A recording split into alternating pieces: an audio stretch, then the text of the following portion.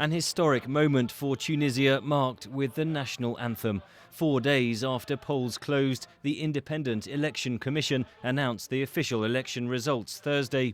The secular party Nidaa Tounes emerged victorious with 85 of the 217 parliamentary seats, ousting the Islamist Ennahda, which won 69 seats as the biggest party. Fatima El-Issawi of the Middle East Centre at the London School of Economics says it's a vote for stability. It's a vote for experienced people that can run smoothly with experience the country. There is fear of return of major faces and figures that used to be part of the old regime. Nidaa Tounes is led by 87-year-old Beji Kaid Essebsi, a veteran of Tunisian politics. He served under dictator Zine El Abidine Ben Ali, who was ousted in the 2011 revolution, and held various cabinet positions under Ben Ali's predecessor Habib Bourguiba. Mr Essebsi is a front-runner for the presidential election scheduled November 23rd.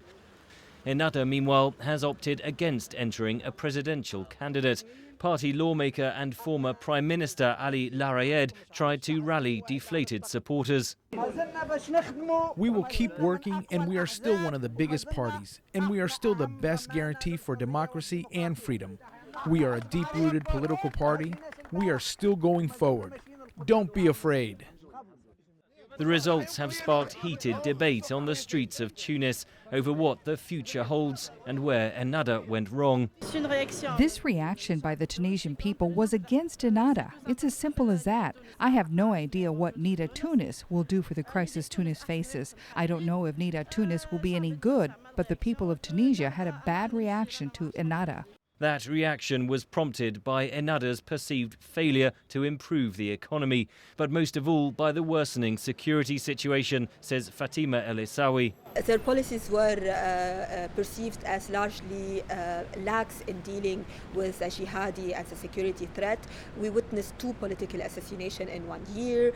That security threat was underlined on the eve of the election. 6 people were killed when security forces stormed a suspected Islamist militant hideout. The challenges ahead are considerable. Without an outright majority, Nidaa Tounes is in talks with rival parties on forming a government. We are not sure whether they would go for a coalition with Ennahda, and I think this is unlikely. The second choice would be to form a coalition with smaller leftist parties, and the third choice would be to continue with a government of technocrats. Political observers say early indications suggest Nidaa Tounes may wait until the results of the presidential election next month before finalising a government. Henry Ridgwell for VOA News, London.